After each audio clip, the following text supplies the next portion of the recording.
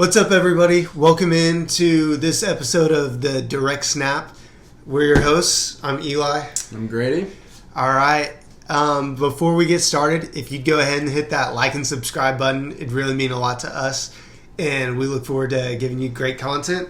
Today, we're talking about the Oklahoma Sooners and their matchup this last Friday against the Temple Owls. Mm-hmm. And that was a win for the Sooners, 51-3. What were your thoughts of the offense in that one? I was really excited. But number one thing, before this game was I wanted to see Burks and Arnold. I wanted to see that connection. And early in the game, we got that. And we got that. I think he had 3 or 4 touchdowns. So really exciting. I'm really glad that Burks is fitting well in the offense really well. And also Arnold, he's a quarterback that fits what we want to do on offense. So I was really glad to see that. Putting up 51 points, that's nothing to slouch about. That's pretty good scoring, especially against Temple. I mean, they're a Group of 5 team. It's not like they're FCS or anything. But, I really like the offense. The biggest concern for me, I think, and same with everyone, obviously, is the O-line. Arnold didn't get a lot of time, and he had, I think it was 3 or 4 sacks, which is, against Temple, is pretty concerning, regardless of who you play. Getting sacked 3 or 4 times is not great, especially it being Temple.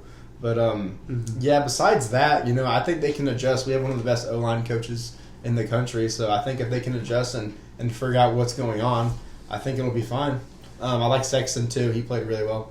Yeah, I think that something for me that I was really looking forward to watching was the tight end play for Oklahoma. Mm-hmm. Last year was a very bad season in terms of tight end play. Not a lot of production, not a lot of just dependability in that position. Yep.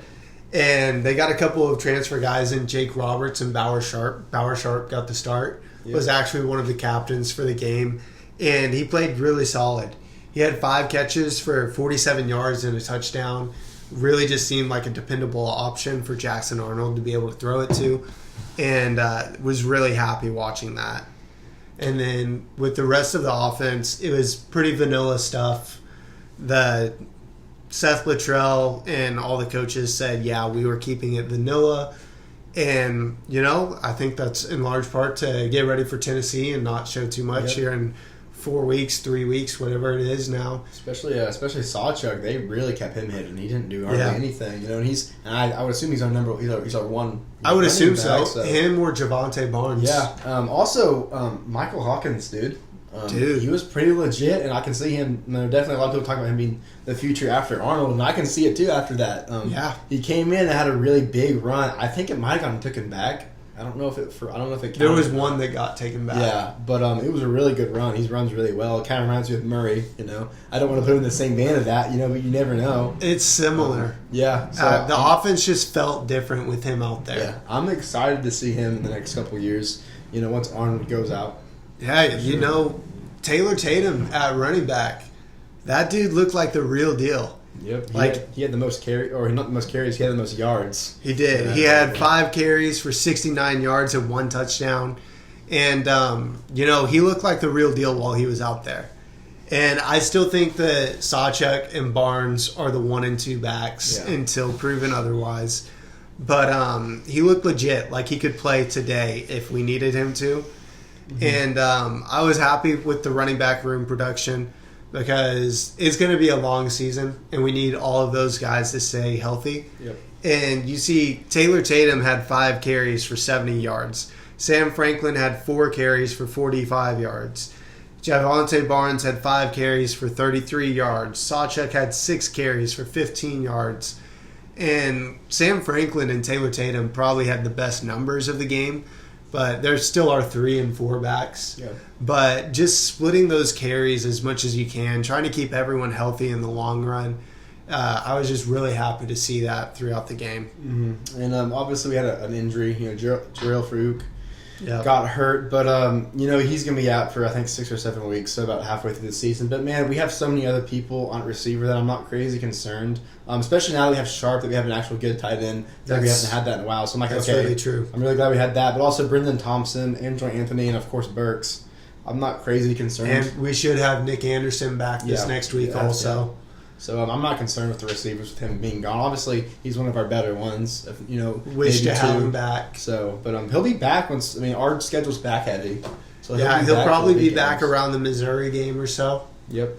But now going to the defense. that defense was fun to watch. Shoot, man, Brent Venables. They're right about him. He's got a really legit defense. I definitely think the best part of this team this year is going to be the defense. It seems just really dominant. I'm excited to see us play an SEC with that team. And Oklahoma has never won a national championship without an elite defense. Mm-hmm. This is something that a lot of Oklahoma fans are super excited about having back. And, there's just a different feeling to the entire team with Brent Venables. And it feels more businesslike, more professional, more get down to work and let's go. And that defense was a lot of fun to watch. What did you think of the D-line play in that game? I think it was pretty dominant. I think our tackles were really good. I think the edge, it looks like at the beginning of the game, Temple just had they did a lot of sweeps, and I was like, man, they're just really getting around. We're not covering the ends very well, but it kind of got taken care of after the second half. But that was just a little bit of concern. They kept on getting around our guys, and they would run for like 7 or 8 yards. Well, obviously our linebackers are really good, so.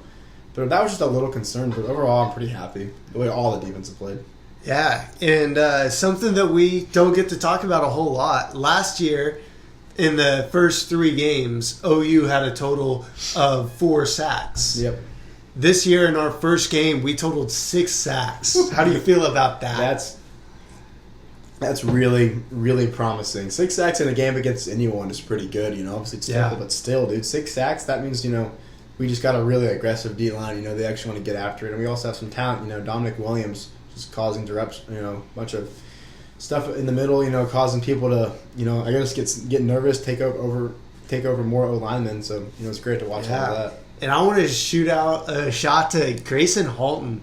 Dude was an animal on that defensive line.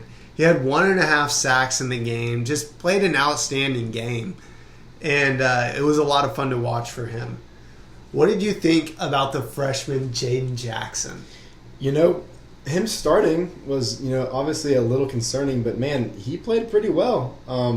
Obviously, it's hard enough to see him with that massive hair behind him. Yeah. But yeah, he's fun to watch. Him as a freshman starting like that is pretty crazy. It's a lot of promise, and if he can stay with OU for the next couple of years, I think he'd really grow into a really good player. Because like in college, you grow every year pretty drastically. It's not like the NFL. So seeing him already starting as a freshman, it's got a lot of promise. Yeah, I think you're right about that. And he only had 1 tackle in the game, but he was just absolutely bull rushing the offensive line and pushing everything in that center back, just denting the line.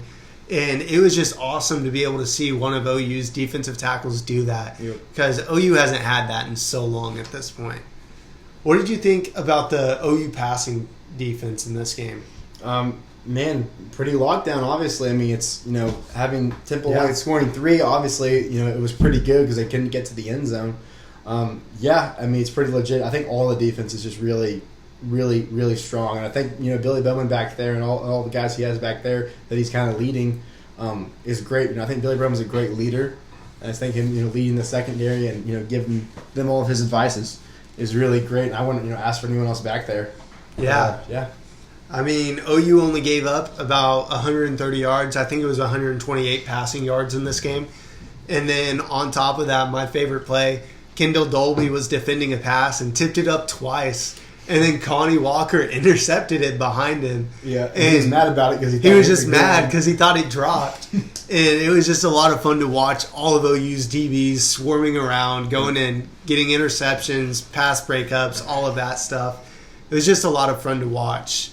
And with that, they had 2 interceptions in the game, which was part of OU's 6 turnovers. Holy cow. That's the most turnovers OU's caused in a game since 2003. Yeah. And that's when our defense was a defense, Yeah. But, looking ahead, Houston's next. They lost to UNLV this week, so that's not going to be much harder OU than might Temple. beat them even worse than Temple. Yeah, it might get more ugly. But after that, Tulane comes to town, and next week, week 2, they play K-State, and week 3 they play us. So, I'm pretty bullish on Tulane getting that done and becoming ranked, coming in the Norman. So that'll be our first. I don't even want to say test, but at least like some game that we can like understand more about our team. You know, I don't think it's gonna be a test. Like, I don't think it's gonna be close, but they're definitely gonna give us more of a problem than Temple and Houston have. Yeah.